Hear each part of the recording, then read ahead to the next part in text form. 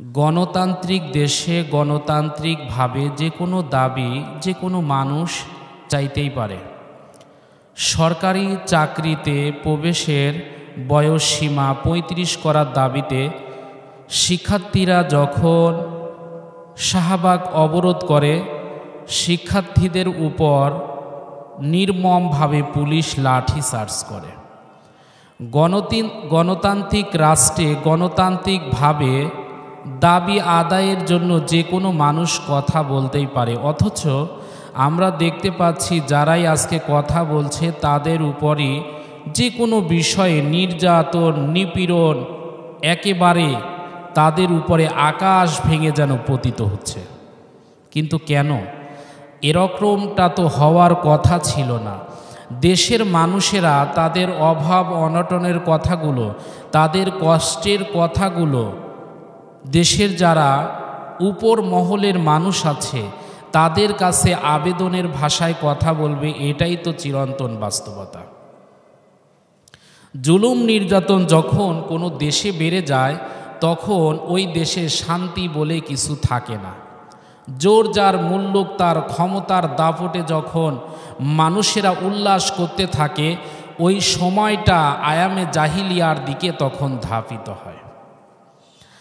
আল্লাহ নবী জনাবে মুহাম্মদুর রাসূলুল্লাহ সাল্লাল্লাহু আলাইহি ওয়াসাল্লাম এমন একটা সময় পৃথিবীর জমিনে তাশরিফ নিয়েছিলেন যে সময়টা ছিল জাহিলিয়াতের সময়। মানুষের ভিতরে আদব কায়দা বলে ছিল না, সৃজনশীলতা বলে কোনো কিছু ছিল না। এই পৃথিবীর জমিনে তাদের নিয়ম ছিল জোর যার মুল্লুক তার, টাকা পয়সা যার, ক্ষমতা তার, জীবন্ত মানুষকে দাফন করে দিত, মানুষকে হত্যা করত, অবৈধভাবে ক্ষমতা দখল করে নিত। এমন একটা সময় যখন আরব নগরের ভিতরে ছিল। আল্লাহর নবীজি দেখলেন এইভাবে কোনো দেশ জাতি রাষ্ট্র চলতে পারে না। তিনি ওই সমাজ ব্যবস্থাকে পরিবর্তন করার নিমিত্তে 17 বছর বয়সে তার সমবয়সী কিছু যুবকদেরকে সঙ্গে নিয়ে এবং ওই সময়কার ভিতরে যারা যে সকল মুরব্বী একটু হলো মানবিক দিক দিয়ে ভালো ছিল, এমন কিছু মানুষ নিয়ে তিনি একটা সংগঠন তৈরি করলেন, যার নাম দিলেন হিলফুল ফুজুল। এই হিলফুল ফুজুল দিয়ে নবী আমার 17 থেকে 40 মাঝখানে 23 বছর, এই 23টা বছর নবী আমার সমাজ সংস্করণের জন্য অনেক চেষ্টা করেছে। কিন্তু নবী আমার যতই চেষ্টা করে না কেন, মক্কা নগরের দাবানল কমে না, বরং দাউ দাউ করে আগুন যেন জ্বলতেছে। যেখানে অশান্তির আগুন, যেখানে কষ্ট, যেখানে দুঃখ, যেখানে অত্যাচার, নবী আমার চায় সকল অত্যাচার জুলুম নির্যাতনগুলো থেকে জনগণকে বাঁচাবার জন্য, জাতিকে বাঁচাবার জন্য। কিন্তু যতই চেষ্টা করে ততই যেন আগুন দাউ দাউ করে জ্বলে। তার মানে নবী আমার বুঝলেন এইভাবে কোনোদিন মানব রচিত মতবাদ দিয়ে মানুষদেরকে কোনোদিন সমাজে শান্তি দেওয়া যাবে না। আল্লাহ রাব্বুল আলামিন বলেন, ফামান তাবিয়া হুদায়া ফালা খাউফুন আলাইহিম ওয়ালা হুম ইয়াহজানুন। আল্লাহ রাব্বুল আলামিন পবিত্র কোরআনে কারিমার ভিতরে বলেন, যারা আমার কোরআন নামক হেদায়াতকে গ্রহণ করবে, কোরআন নামক হেদায়াতকে অনুসরণ করবে, তাদের জন্য দুনিয়ায়ও কোনো চিন্তা নাই, আখিরাতের ময়দানেও তাদের কোনো পেরেশানি থাকবে না। নবী আমার যখন দেখলেন এই কোরআন দ্বারা সারা এই পৃথিবীর জমিনে আমি যতই মানুষদেরকে ভালো কাজের জন্য ডাকি না কেন, আমার ডাকা দ্বারা মানুষ ভালো হচ্ছে না। নবী আমার পেরেশানি পড়ে গেলেন। এমন সময় জাবালে রহমত, জাবালে নূর নামক পাহাড়ে নবী আমার আশ্রয় নিলেন, হেরা পর্বতের গুহায়। জাবালে নূর এমন একটি পাহাড় যে পাহাড়কে বলা হয় আলোর পাহাড়। এই জাবালে নূর পাহাড়ের ভিতরে একটা গর্ত ছিল, একটা আশ্রয়স্থল ছিল যাকে বলা হয় হেরা গুহা। এই গুহার ভিতরে নবী আমার অবস্থান নিয়ে আমার আল্লাহর দিকে মুতাওয়াজ্জুহ হয়ে তিনি ধ্যান করা শুরু করে দিলেন, মুরাকাবা করা শুরু করে দিলেন। এই জাবালে রহমতে ওঠাটা কিন্তু, জাবালে নূরে ওঠাটা কিন্তু এত সহজ বিষয় ছিল না। জাবালে নূর এমন একটা পাহাড়, মক্কা নগরীতে হাজারো পাহাড় আছে, রাতের বেলা অন্ধকার, জ্বলে না, কোনোদিনও মানুষ দেখে নাই, কিন্তু অন্ধকার যতই হোক না কেন জাবালে নূর এমন একটি পাহাড়, কোরআন নাজিলের কারণে ওই পাহাড়টা রাতের অন্ধকারে যেন চকচক করে জ্বলে। মনীষীরা চিন্তা করলো, গবেষকরা গবেষণা শুরু করে দিল, কেন এমন হয়, ব্যাপারটা কি? অবশেষে তারা রিসার্চ করার পর, গবেষণা করার পর ফিকির পেল, আল্লাহর কোরআন যেহেতু জাবালে নূরে নাজিল হয়েছে, হেরা পর্বতের গুহায় যেহেতু নাজিল হয়েছে, কোরআনের বদলতে আমার আল্লাহ রব্বুল আলামিন এই পাহাড়ের মর্যাদাটাকে 1000 গুণ বাড়িয়ে দিয়েছেন। নবী আমার যখন হেরা পর্বতের গুহার ভিতরে বসে ধ্যান করে, একটা মাত্র চিন্তা, জাতির মানুষদেরকে কিভাবে ভালো রাখবে। হঠাৎ করে নবী আমার দেখতে পায় ছোট্ট একটা মেয়ে ওই পাহাড়েই আসা যাওয়া করে। নবী আমার একদিন ডাক দিয়ে বললেন, মাগো তুমি এই পাহাড়ে আসো, তোমার কি ভয় লাগে না? একা একা কেন এত কষ্ট করে? জমিন থেকে 1000 ফিট উপরে যে পাহাড়ের দূরত্ব, এত কষ্ট করে 1000 ফিট উপরে কেন ওঠো? এই পাহাড়ে এত কষ্ট করে কেন আসো? ছোট্ট মেয়েটা সালমা ডাক দিয়ে বলে, নবী গো, আমি তো এই পাহাড়ে আসি, আমার একটা মাত্র টার্গেট, আমার বাবা অসুস্থ, কোনো কাজকর্ম করতে পারে না গো নবী। ও নবী, এই পাহাড়ে আসার পর আমি কিছু লাকড়ি পরিবহন করি, এই পাহাড় থেকে লাকড়িগুলো সংগ্রহ করে আমি বাজারে বিক্রি করি, বাজারে বিক্রি করার পর ওই টাকা দিয়ে আমার সংসার চলে, এই জন্য এই পাহাড়ে আসি। আমি তো লাকড়ি সংগ্রহ করার জন্য আসি, কিন্তু আপনি এখানে আসেন কেন? নবী আমার ডাক দিয়ে বলে, সালমা তাহলে শোনো, এই পাহাড়ের গুহার ভিতরে আমি আমার আল্লাহর জন্য মুতাওয়াজ্জুহ হয়ে আমার আল্লাহর দিকে আমি মুরাকাবা মুশাহাদায় ব্যস্ত থাকি। এই গুহার ভিতরে আমার আল্লাহ রব্বুল আলামিন পবিত্র কোরআনে কারিমা আমার উপর নাজিল করেছেন। ছোট্ট মেয়েটা ডাক দিয়ে বলে, নবী গো, যদি আপনার উপরে কোরআন নাজিল হয়ে থাকে, আপনি কি আমার একটু কোরআন থেকে তেলাওয়াত করে শোনাতে পারেন না? নবী আমার ডাক দিয়ে বলে, সালমারে অবশ্যই পারি। এমন সময় নবীর কণ্ঠে নবী শুরু করে দিলেন, ইয়াসিন ওয়াল কুরআনিল হাকীম। নবী আমার যখন একের পর এক কোরআন তেলাওয়াত করতেছে, সালমা মুগ্ধ হয়ে তিনি কোরআন তেলাওয়াত শুনতেছে। এইভাবে একদিন, 2 দিন, 3 দিন চলতে চলতে একদিন আবু জেহেলের নজরে পড়ে গেল। এই পাহাড়ের গুহার ভিতরেই তো আব্দুল্লাহর এতিম সন্তান বসে থাকে, আর এই গুহায় এই ছোট্ট মেয়েটা যদি যাওয়া আসা করে, একদিন তো এই মেয়েটা কালিমা গ্রহণ করবে। যে কোনো কায়দায় সালমারে আটকানো লাগবে, যে কোনো কায়দায় সালমারে এই রাস্তা থেকে দূরে সরানো লাগবে। পরবর্তী দিন সালমা নবীর কাছে গিয়ে বলে, ইয়া রাসূলুল্লাহ, হাবিবাল্লাহ হুজুর, আমি আপনার কালিমা শুনেছি, কোরআন তেলাওয়াত শুনেছি, আমি মুগ্ধ হয়ে গেছি। এই মুহূর্তে আমি আপনার হাতে হাত রেখে কালিমা পড়ে মুসলমান হতে চাই।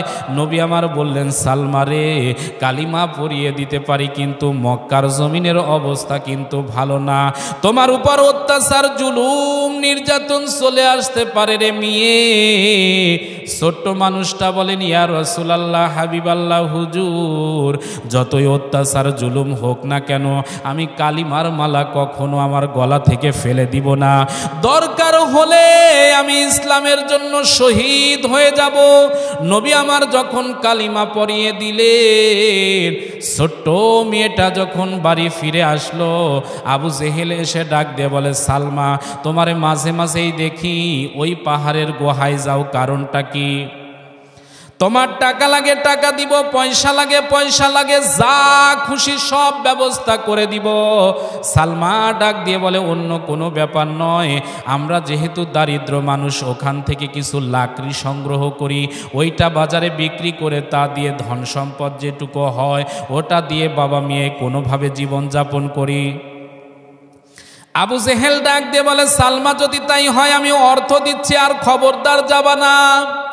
সালমা চিল্লায়া বলে, আবু জেহেল, তুই যতই আমারে বলিস না কেন, আমি আল্লাহর নবীর কাছ থেকে যে মধুর বাণী আমার কণ্ঠের ভিতরে পেয়েছি, আমার কর্ণকুহরে পেয়েছি, আমি সালমা যদি মরে যাই আমার সব কিছু বিলিয়ে দিতে পারি, কিন্তু আমার আল্লাহ রসুলের কালিমা আমি এক মুহূর্তের জন্য ছাড়ব না। এই পৃথিবীর জমিনে যারা প্রতিবাদী হয় তারা ছোট কি বড় বিষয়টা এমন নয়, প্রতিবাদী যারা হয় তারা বাঘের মতো সারাটা জীবন গর্জন দিতেই থাকে। গণতান্ত্রিক দেশে গণতান্ত্রিকভাবে চাকরির জন্য যে সকল শিক্ষার্থী ভাইরা আবেদন করেছেন, বোনেরা আবেদন করেছেন, তাদের এটা গণতান্ত্রিক অধিকার চাইতেই পারে। আজকে দুঃখজনক হলেও সত্য, বাংলাদেশে কলেজ ইউনিভার্সিটিগুলো থেকে, মাদ্রাসাগুলো থেকে কামেল পাশ করে, অনার্স মাস্টার্স করে আজকে হাজারো যুবক বেকার হয়ে ঘরে বসে কান্দে, এদের কোনো চাকরির ব্যবস্থা হয় না। আর আমার দেশে যারা লিখতে পারে না, পড়তে পারে না, এই সকল কিছু মূর্খরূপী টাকার বিনিময়ে অথবা কোটার পদ্ধতির বিনিময়ে এদের চাকরি হয়, কিন্তু হাজারো যুবক এদের চাকরি আজকে হয় না। যারা 8 পাস এসএসসি পাস করে কোনো রকম লিখতে পারে, এই সকল ডিজিটাল মহিলাদের অথবা ডিজিটাল মেয়েদের চাকরি হয়ে যায়, কোনো অসুবিধা হয় না। কিন্তু আমাদের সমাজে যারা উপর মহলের একেবারে পড়াশোনা শেষ করে একেবারে তাদের বয়স সীমা আজকে শেষ প্রান্তে চলে এসেছে, আজকে এ সকল ভাইদের চাকরি হচ্ছে না। একটা মেয়ের চাকরি হলে তার নিজের শুধুমাত্র ব্যালেন্স হয়, কিন্তু একটা যুবকের চাকরি হলে তার গোটা পরিবারটাই ভালোভাবে চলতে পারে। আজকে যুবকদের চাকরি যদি আমরা 10,000 করে টাকার যদি একটা চাকরির ব্যবস্থা করে দিতে পারতাম, তাহলে এই যুবকেরা মাদকাসক্ত হতো না, এই যুবকেরা সন্ত্রাস হতো না। যখন একটা ছেলের চাকরি থাকে না, কর্ম থাকে না, ওই মানুষটা তখন শয়তানের আড্ডাখানায় পরিণত হয়। ও দেশের ভাই রে, বল না কোথাও যাই রে, একটু শান্তি বলো কোথায় গিয়ে পাই রে। ও দেশের ভাই রে, বল না কোথাও যাই রে, একটু শান্তি বলো কোথায় গিয়ে পাই রে। পানির কলে পানি নাই, তাতে কি আসে যায়, বিদ্যুতের খবর নাই, উন্নতির জোয়ার বায়। সেই জোয়ারে ভেসে ভেসে দেশ গেল গোল্লায় রে। ও দেশের ভাই রে, বল না কোথায় যাই রে, একটু শান্তি বলো কোথায় গিয়ে পাই রে। বেকারের কাম নাই, যুবকের দাম নাই, কারো জায়গা নাই, সবারও কায়দা নাই। আজকে লক্ষ লক্ষ যুবক বেকার হয়ে আজকে ঘরে বসে কান্দে। মার কাছে বাবার কাছে যখন বিকালবেলা 10টা টাকা 20টা টাকা চায়, মা বাবু তখন রাগ করে, এত বছর 20 বছর ধরে তোকে পড়াশোনা করালাম, 25 বছর ধরে তোকে খাওয়ালাম পড়ালাম, এখনো যদি তোরে টাকা দেওয়া লাগে, তোর মতো ছেলে বেঁচে থাকার চাইতে মরে যাওয়া ভালো। ওই ছেলেটা চিন্তা করে, আল্লাহ আমাকে তুমি কেন বাঁচিয়ে রেখেছো, এর চাইতে মরে যাওয়া 1000 গুণ ভালো। একটা বেকারের জীবনে যে কত কষ্ট, একটা বেকার ছেলের মনে যে কত বেদনা, আল্লাহ ছাড়া আর সে ছাড়া আর কেউ জানে না। অথচ আমরা যদি সমাজ ব্যবস্থায় যারা আছে, আমাদের নেতা নেত্রী যারা আছে, আমাদের দেশে যারা প্রধান আছে, এরা যদি পড়াশোনা করা একটা ছেলের 10,000, 15,000 অথবা সামথিং কিছু বেতন দিয়েও তাদেরকে যদি আমরা ভালো রাখতে পারতাম, এদেশের যুব সমাজ আজকে নষ্ট হয়ে যেত না। এ মুসলমানের সন্তানেরা, এই জন্য বলি এখনো সময় আছে। এই দেশটাকে যদি ভালো রাখতে চাই, এদেশে হাজার মানুষও আছে যারা টাকার অভাবে আজকে তাদের জীবন যাপন করতে পারতেছে না। এই মুসলমানের সন্তানেরা, কথাগুলো একটু হৃদয়ের কান দিয়ে শুনবেন। ছোট্ট মেয়ে সালমা এমন সময় ডাক দিয়ে বলে, আবু জেহেল যতই কথা বলেন না কেন, কষ্টর কথা বলেন, দুঃখের কথা বলেন, আর ধমকির কথা বলেন না কেন, আমি আমার রসুলকে, আমি আমার আল্লাহকে এক মুহূর্তের জন্য ছাড়তে পারবো না। এমন একটা সিচুয়েশন তৈরি হয়ে গেল। আবু জেহেল ডাক দিয়ে বলে, সালমা রে, যদি কালিমা না ছেড়ে দাও, তোমার উপরে এমন জুলুম শুরু হয়ে যাবে, তোমার উপর এমন অত্যাচার শুরু হয়ে যাবে, তুমি কিন্তু পৃথিবীর জমিনে থাকতে পারবা না। সালমা রাদিয়াল্লাহু তাআলা আনহা ডাক দিয়ে বলে, আমার উপরে আপনি যতই অত্যাচার করেন না কেন, জুলুম যতই করেন না কেন, আমি মৃত্যু বরণ করতে রাজি, কিন্তু আমি আমার নবীকে ছাড়তে রাজি না।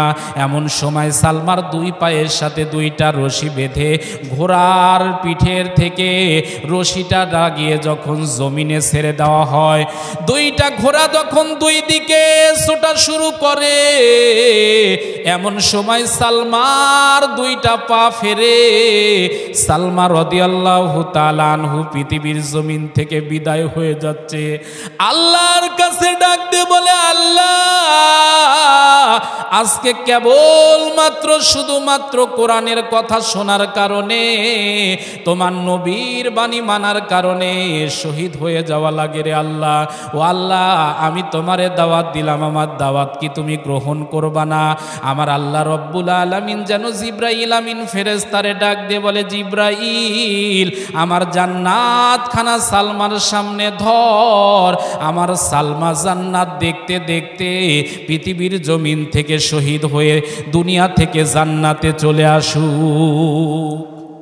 সালমা রাদিয়াল্লাহু তাআলা আনহা আল্লাহর জান্নাত দুনিয়া থেকে দেখতে দেখতে শাহাদত বরণ করে পৃথিবীর জমিন থেকে বিদায় হয়ে যায়, কিন্তু এক মুহূর্তের জন্য সে কালিমা ছাড়ে না।